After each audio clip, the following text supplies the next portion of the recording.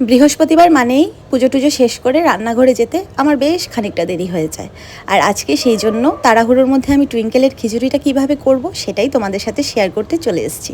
এই যে সাফলের প্যাকেটটা দেখছো, এটা আমি ঘরে এনে রাখি। এটা থাকলে কি হয়, যেদিন সবজি কাটার সময় থাকে না সেদিন আমি এইটা মিক্স করে টুইঙ্কেলকে খিচুড়ি করে দিই। তোমাদের ঘরে যাদের ছোট বাচ্চা আছে তোমরাও এই প্যাকেটটা এনে রাখতে পারো, এটা সব মলেই পাওয়া যায়।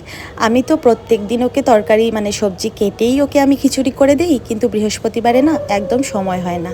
আজকে ভাবছি ওকে পনির দিয়ে ওই সবজি দিয়ে একটা ভালো করে ভেজ খিচুড়ি করে দেব, আর পুরো রেসিপিটা তোমাদের সাথে শেয়ার করব।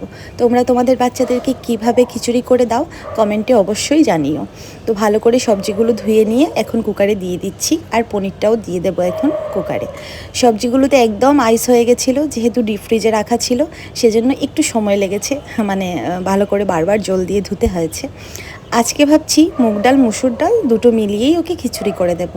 মাঝে মাঝেই আমি দুটো ডাল মিক্স করে ওকে খিচুড়ি করে দিই, আর না হলে ন্যাচারাল ডেতেও বেশিরভাগ সময় মুসুর ডালটাই খায়।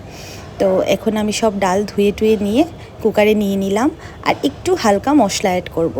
আস্তে আস্তে টুইঙ্কেল বড় হচ্ছে, তাই আমি চাই ও স্পাইসেসগুলো টেস্ট করা শিখুক। আগে তো একদমই দিতাম না, এখন একটু হালকা জিরে গুঁড়ো হালকা ধনে গুঁড়ো দিই। আর এই যে ঘিটা, এটা মোস্ট ইম্পর্টেন্ট, আমি প্রত্যেক দিন টুইঙ্কেলের খাবারে ঘিটা অ্যাড করতে একদম ভুলি না।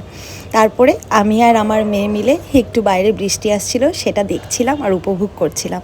টাটা, দেখা হবে আবার নতুন গল্প।